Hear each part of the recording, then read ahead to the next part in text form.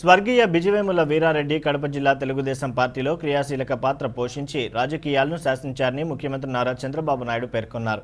ఎన్నికల ప్రచారంలో భాగంగా బిజివేముల వీరారెడ్డి కళాశాలలో విజయమ్మ ఆధ్వర్యంలో ఏర్పాటు చేసిన బహిరంగ సభకు ముఖ్యమంత్రి నారా చంద్రబాబు నాయుడు పాల్గొన్నారు. గన్నవరం విమానాశ్రయం నుంచి కడప విమానాశ్రయానికి వచ్చి అక్కడి నుంచి ప్రత్యేక హెలికాప్టర్ ద్వారా బహిరంగ సభకు చేరుకున్నారు. బహిరంగ సభలో చంద్రబాబు నాయుడుకు నాయకులు, కార్యకర్తలు, అభిమానులు పెద్ద ఎత్తున స్వాగతం పలికారు. అనంతరం ముఖ్యమంత్రి ప్రజలను ఉద్దేశించి మాట్లాడుతూ గడిచిన 4.5 సంవత్సరాల్లో గత ఎన్నికల్లో ఇచ్చిన హామీలే కాకుండా మరెన్నో సంక్షేమ పథకాలు ప్రజలకు అందించడం జరిగిందన్నారు. కడప అంటే దేవుని కడప అని, అటువంటి కడపలో జగన్మోహన్ రెడ్డి భ్రష్టు పట్టించారని ఎద్దేవా చేశారు.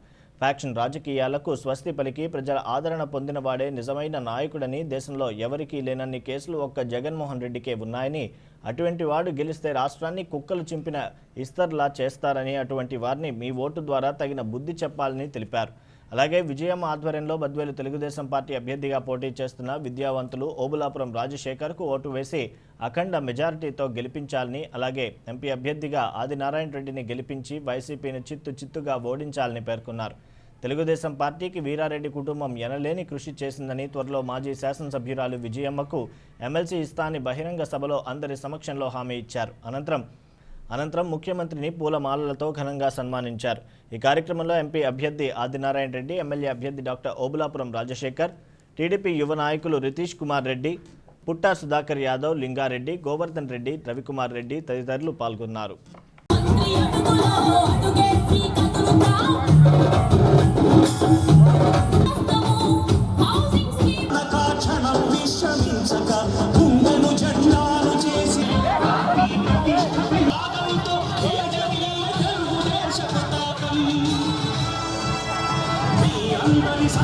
మనవి దయచేసి మహిళలందరినీ నేను చాలా ముఖ్యమైన విషయం చెప్పాలి.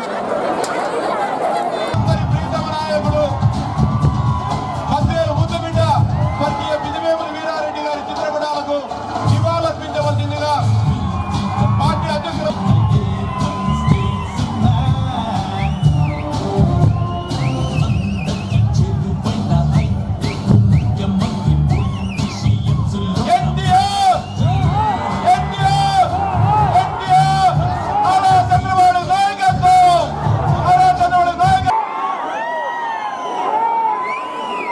ఏ తమ్ముళ్ళు హుషారుగా ఉన్నారా? గోదావరి, కృష్ణ రెండు నదులు అనుసంధానం చేసిన ఘనత దేశంలో ఒక్క తెలుగుదేశం ప్రభుత్వాన్ని. రాయలసీమలో మీకు కనిపించవచ్చు, గోదావరి కృష్ణ కలిస్తే మాకేం వచ్చిందని. కృష్ణా డెల్టాకు వాడే నీళ్లు శ్రీశైలంలో పెట్టి, శ్రీశైలం నుంచి తెలుగు గంగా, అదే మాదిరిగా కేసీ కెనాల్ కానీ, ఇంకో పక్క నగిరి గాలేరు కానీ, ఇంకో పక్క అందరి నేవా ద్వారా జిల్లా అంతా నీళ్ళు ఇచ్చారు తమ్ముళ్ళు. నేను అడుగుతున్నా, భగీరథుడు ఒక గంగా నదిని భూమిలోకి తీసుకొస్తే, వాటిలో ఒక బ్యారేజ్ కడితే ఈరోజు 62 ప్రాజెక్టులు కట్టి నదులు అనుసంధానం చేసే ప్రభుత్వం ఈ తెలుగుదేశం ప్రభుత్వం. భవిష్యత్తులో సోమశిలకు నీళ్లు వస్తాయి, గోదావరి నీళ్లు వస్తాయి. మీరు బద్వేల్లో గోదావరి నీళ్లతో వ్యవసాయం చేయబోతున్నారు తమ్ముళ్ళు. అదే నేను చూపించిన చొరవ. అందుకే మొన్న విజయమ్మ గారు వాళ్ళు అడిగితే బ్రహ్మసాగర్ నీళ్లు తీసుకొచ్చాం. సోమశిల బ్యాక్ వాటర్ 1 టీఎంసీ ఇవ్వడానికి 1 కాదు 5 టీఎంసీ కూడా ఇస్తారని మరొకసారి అందరికీ భరోసా ఇస్తున్నా. బద్వేలులో ప్రతి ఒక్క ఎకరాను సస్యశ్యామలం చేస్తాను, నీళ్లు ఇస్తా, బ్రహ్మాండంగా ముందుకు పోతాం. ఏమేం చేయాలో అవన్నీ చేసి ఈరోజు మీ అందరినీ ఆదుకునే బాధ్యత. కడాన మీరు చూస్తే గండే కోటకు నీళ్ళు తీసుకొచ్చాం. ఎన్నో మంది మాట్లాడారు, నేను ఒక మాట చెప్పాను, పులివెందులకు కూడా కుప్పానికంటే ముందే నీళ్లు ఇస్తానని, పులివెందులకు నీళ్లు ఇచ్చిన తర్వాతనే కుప్పానికి నీళ్లు ఇచ్చారు తమ్ముళ్ళు. అది నా యొక్క ప్రత్యేకత. నీటి కొరత లేకుండా చేసే బాధ్యత నాది, అన్ని సీట్లు గెలిపించే బాధ్యత మీదని మరొకసారి మీ అందరినీ కోరుతున్నాను. ఇంకో పక్కన అనేక సంక్షేమ కార్యక్రమాలకు శ్రీకారం చుట్టాను. చంద్రన్న బీమా, ఆహార భద్రత, పెళ్లి కానుక, కడాన అన్న క్యాంటీన్ పెట్టి 5 రూపాయలకే భోజనం పెడుతున్నాం తమ్ముళ్ళు. అది ప్రభుత్వం యొక్క విశిష్టత. ఇన్ని పనులు చేస్తే మీరు ఒక్క విషయం గుర్తుపెట్టుకోవాలి, అభివృద్ధిలో మనమే టాప్, సంక్షేమంలో మనమే టాప్ లో ఉన్నాం. కానీ మన దురదృష్టం ఏంటంటే నరేంద్ర మోడీని నమ్మించి నమ్మక ద్రోహం చేశారు. ఆ రోజు కాంగ్రెస్ పార్టీ హయాంలో విభజన జరిగింది.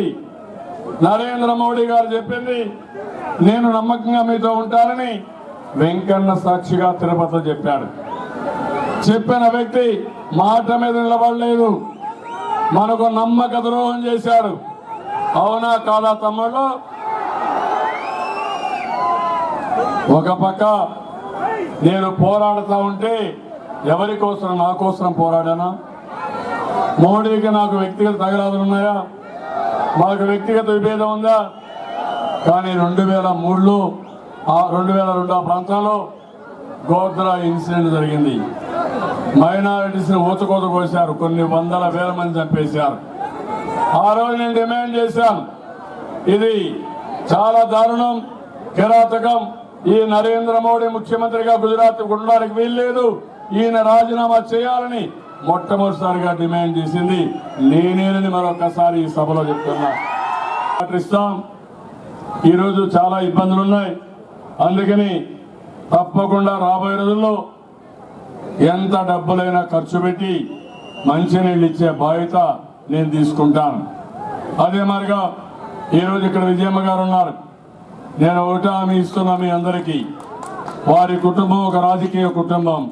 తప్పకుండా తొందరలోనే ఆ కుటుంబానికి, ముఖ్యంగా విజయమ్మకి ఒక ఎమ్మెల్సీ ఇస్తామని కూడా మీ అందరికీ ఆలోచిస్తున్నా. అదే మరిగా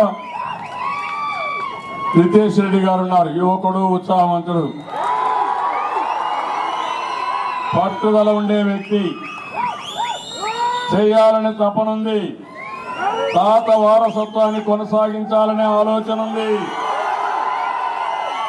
నాకు రితేష్ చూసినప్పుడు అనిపిస్తుంది వీరారెడ్డి గారు గుర్తొస్తున్నారని చెప్పి కూడా నేను మీకు తెలియజేస్తున్నా.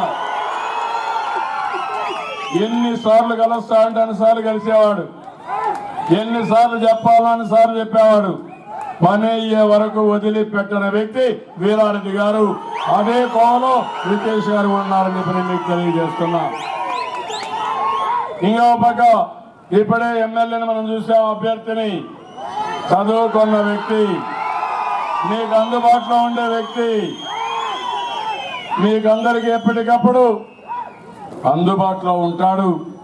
అంతేకాదు వీళ్ళందరూ కలిసి పనిచేసే అవకాశం ఉంటుంది. వీళ్ళందరూ కలిస్తే ఈ బద్వేలు నియోజకవర్గాన్ని కుప్పంతో సమానంగా అభివృద్ధి చేసే బాధ్యత, అన్ని పనులు చేసే బాధ్యత నాది. అయితే అతిపెద్ద మెజారిటీతో ఎమ్మెల్యేని గెలిపించే బాధ్యత మీది. ఇంకో పక్క ఆదినారాయణ గారు ఉన్నారు, ధైర్యానికి మారు పేరు, నీతి నిజాయితీ ఉంది, సిన్సియారిటీ ఉంది, కష్టపడతాడు, బాగా చదువుకున్నాడు. కడప వారి ఆధ్వర్యంలో తప్పకుండా బ్రహ్మాండంగా డెవలప్ అయి అన్ని జిల్లాల కంటే మిన్నగా ఈ జిల్లా అభివృద్ధి చేసే శక్తి ఆయనకుంది. నేను అన్ని విధాలు అండగా ఉంటా. మీరు చూశారు ఇప్పుడు ఎమ్మెల్యే, ఎంపీ ఎవరా? ఎంపీ ఎవరా? ఎంపీ ఏం చేశారా? ఎంపీ పనులన్నీ ఏమైనా చేశారా? మీకు ఏం చేయాలా? ఒక పని మాత్రం చేశాడు. వివేకానంద రెడ్డి చంపేస్తే రక్తాన్ని కడగడానికి బాగా పనికొచ్చాడు. తమ్ముళ్ళు, సాక్ష్యాలు మారుపెట్టడానికి మీరు నమ్ముతున్నారా లేదా? చేశారా లేదా? మొట్టమొదటిసారిగా ఎస్పీకి ఫోన్ చేసి మీరేం పట్టించుకోవద్దండి, ఇది గుండె ఫెయిల్ అయింది, గుండె పోటు వల్ల చనిపోయాడు, మేమే చూసుకుంటామని చెప్పే పరిస్థితి. ఆయన దగ్గర ఉండే భరత్ రెడ్డి ఆ మాట చెప్పాడు. అక్కడే ఉండి సాక్ష్యాలన్నీ తారుమారు చేసి రక్తాన్ని కడిగి ఆయనే ఆర్డర్ చేశాడు, ఒక ఫ్రీజర్ కూడా తండి, శవాన్ని దాంట్లో పెట్టేద్దాం, ఎవరికి తెలియనప్పుడు తీసుకెళ్లిపోదాం. ఇలాంటి తప్పుడు పనులు చేసిన వ్యక్తులు వీళ్ళని చెప్పి నేను మీకు తెలియజేస్తున్నా. అలాంటి హత్యా రాజకీయాలకి సహకరించిన వ్యక్తికి ఓటేస్తారో తమ్ముళ్ళు మీరు? రేపు మన బతికేమని అడుగుతున్నా మిమ్మల్ని. అందుకే నేను మిమ్మల్ని అందరినీ కోరుతున్నా, మళ్ళీ రేపు జరిగే ఎన్నికలు ఈ రాష్ట్ర భవిష్యత్తుకు సంబంధించిన ఎన్నికలు, రేపు జరిగే ఎన్నికలు మన ఆత్మ గౌరవానికి సంబంధించిన ఎన్నికలు. తెలంగాణకు బానిసత్వం చేయడానికి మనం సిద్ధంగా లేము ఉండమని మరొకసారి తెలియజేస్తున్నా. నేను చెప్పింది మీకు అందరికి అర్థమైందా? సాక్షి పేపర్ ఉంది, టీవీ ఉంది, పనికి మాలిన టీవీ, చెత్త టీవీ. వాళ్ళు ఏమనాలో నాకు తెలియలే, వాళ్ళు ఎట్లా వర్ణించాలో కూడా నాకు అర్థం కాదు. సభ్యత అడ్డం వస్తా ఉంది, లేకపోతే తుక్కుతుగ్గా టీవీని బంద్ చేయాల్సి వస్తుంది. ఈరోజు చూస్తే పోటీ నుంచి తప్పుకునే ఆలోచనలు టీడీపీ అభ్యర్థి రాజశేఖర్ అని చెప్పి రాశాడంటే ఎంత దుర్మార్గం తమ్ముళ్ళు. మీరే చెప్పి ఖండించండి, గట్టిగా చప్పట్లు కొట్టండి. రాజశేఖర్ మన దగ్గర ఉన్నాడు, ఆయన తప్పుకుంటాడని తప్పుడు వార్తలు రాస్తారు. అంటే వీళ్ళందరి ఇలా బతికే అంత వీళ్ళు తప్పుడు సమాచారం, తప్పుడు ఆలోచనలు. నిన్న మొన్న ఒక మాట అంటున్నాడు, రాష్ట్రంలో మళ్ళా వైలెన్స్ వస్తుందంట. నేను చెప్తున్నా, ఇప్పుడు ఎన్నికలు ఉన్నాయని పిచ్చిగా వైలెన్స్ చేయాలనుకుంటే మీ తోక కట్ చేస్తా, వదిలిపెట్టను, జాగ్రత్తగా ఉండండి. వైలెన్స్ నా లైఫ్ లో వైలెన్స్ ఏది లేదు నాకు. పూర్తిగా ఎక్కడ జరగకుండా కాపాడింది నేనే. కడాన తీవ్రవాదులు కూడా నా మీద దాడి ఇది చేస్తే తీవ్రవాదం కూడా చేయడానికి ప్రయత్నం చేశాను. రౌడీ అనేవాడు ఈ రాష్ట్రంలో ఉండకూడదని చెప్పాను. మా ఆడబిడ్డలకు రక్షణగా ఉండాలని చెప్పాను. అభివృద్ధిలో ముందుకు పోవాలని చెప్పాను. అదే సమయంలో నేను విని చేస్తే కడాన నా మీద కోపంతో 2003లో తిరుమలకు పోయేటప్పుడు 24 క్లేమోర్ మైన్స్ నా మీద బ్లాస్ట్ చేశారు. తమ్ముళ్ళు, నేను బాంబులకే భయపడలా, ఇలాంటి వారికి నేను భయపడతానా అని మిమ్మల్ని అడుగుతున్నా. నా ప్రాణం పోయినా పర్వాలా, మీకు శాంతినివ్వాలి, మీకు సంపదనివ్వాలి, మీ జీవితాల్లో వెలుగు ఉండాలి, మీరు ఎప్పుడూ ఆనందంగా ఉండాలి. అది నా కోరిక. వీళ్ళ కోరిక అన్ని తప్పుడు ఆలోచనలు. మొన్న చెప్పారు, ఢిల్లీకి పోయారు, ఫామ్ 7 ద్వారా మా ఓట్లు చేస్తారని చెప్పి తెలంగాణలో కూడా చేశారు. ఇక్కడ మళ్ళా వచ్చి ఆ పని చేసే పరిస్థితికి వచ్చారు. ఇప్పుడు మళ్ళా లా అండ్ ఆర్డర్ మాట్లాడుతున్నారు. రేపో ఎల్లుండో ఎక్కడన్నా లా అండ్ ఆర్డర్ సమస్య కూడా క్రియేట్ చేసే పరిస్థితి ఉంటుంది. మీరు జాగ్రత్తగా ఉండమని మిమ్మల్ని అందరినీ కోరుతున్నా. ఎక్కడా ఏమారద్దండి, వీళ్ళు చాలా దుర్మార్గులు. పులివెందలు ఎక్కడైనా చేస్తారు.